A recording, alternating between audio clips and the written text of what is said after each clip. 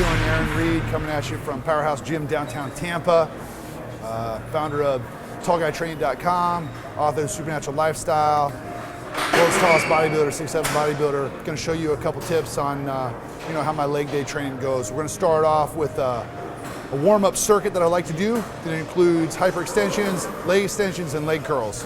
So here we are over at the hyperextension. We're going to start with this and go from there. Really the key factor I want you to pay attention to is I like to point my toe when I do hamstring work. So we're going to be on our toes when we do this little number right here. That's the main thing. Feel the stretch. If you want to work your hamstrings and keep your glutes out of the deal, stay to the bottom of the range of motion. I'll show you that. But if you come all the way up, it incorporates hamstrings and glutes. You'll notice on some of the movements, I was halfway, and then in the other movements, I came all the way up. Coming all the way up is going to engage the glutes entirely because your glutes are responsible for making the body straight or erect, okay? So when you come all the way to a hyperextension, you're driving your glutes with a full contraction, okay? Because I'm glute dominant, that's not a good spot for me to be because then my hamstrings don't get enough. So I like to stay at the bottom of the range of the motion and work the bottom range of the motion. By staying on my toes, I can hit my hamstring really hard. So it's a really good idea to actually use a lot of weight at the bottom of the range of motion. It's a short range of motion, but it keeps it on the hamstrings. Okay, now I'm over here at the leg extension. This is still part of my warm-up, little warm-up circuit I like to do. You really want to fire your quads a little bit and your hamstrings before you heavily load any part of your body. If you're in this for the long haul, you gotta be preventative, try to avoid injuries. This is the best way. I love leg extensions, usually to start and finish my workout. Not always a finish, but I always start. Really important with the leg extensions, your posture is important. By standing erect like this, it rotates the hips a little bit, shortens the quad. And if we want that full contraction, you want a shorter quad. If I lean back, it doesn't allow the quad to get fully contracted. This can be good for different areas of the quad, but if we're trying to just bring out detail, then you want to sit up straight. So it looks like this.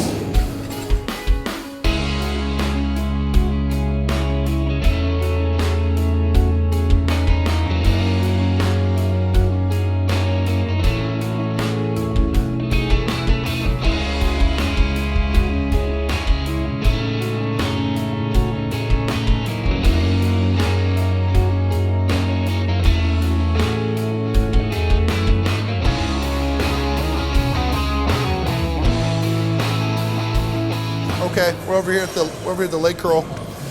The most important thing to think about when you're doing any hamstring work is really knee to hip placement.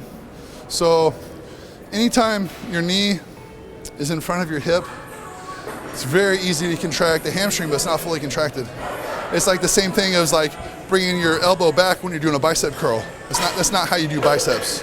You want to put all the tension, on the bicep, so you would keep it out in front, elbow out in front. Same way, just backwards with your hamstring. You want the knee behind the hip. So as soon as the knee is behind the hip and you raise your leg up, now we're getting fully contracted, okay? This is more difficult. So you're not gonna be able to use as much weight, but you're gonna get a better contraction so you get more out of it. So I'm gonna position myself to press up off of the leg curl so that my hips can be forward and my knees can be behind me, and so I get a full contraction of my hamstrings. And that's what we're doing.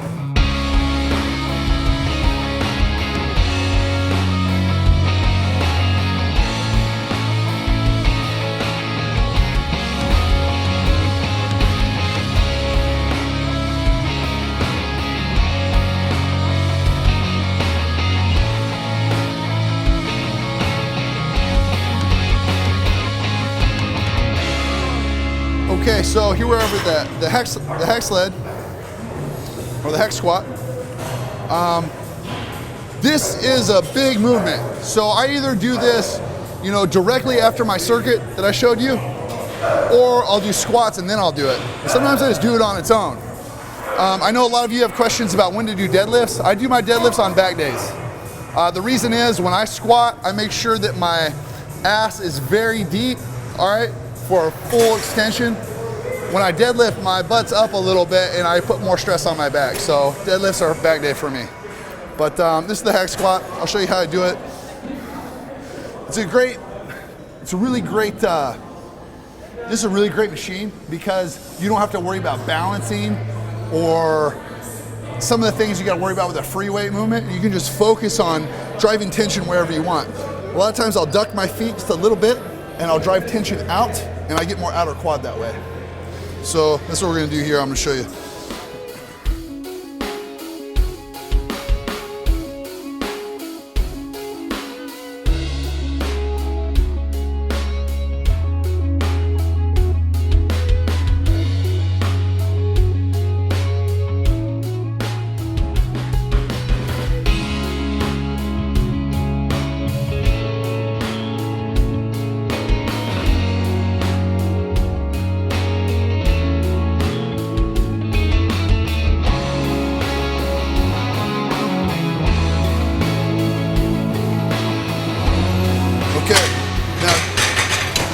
Now again, you'll notice I like to stay with the tension.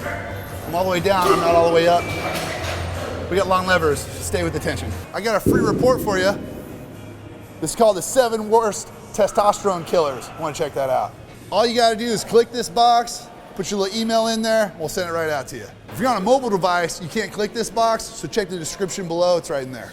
Click that top link, 7 worst testosterone killers, to get the free report. Be sure to like this video, subscribe to our channel, and leave some comments. Your opinion matters. We want to hear from you.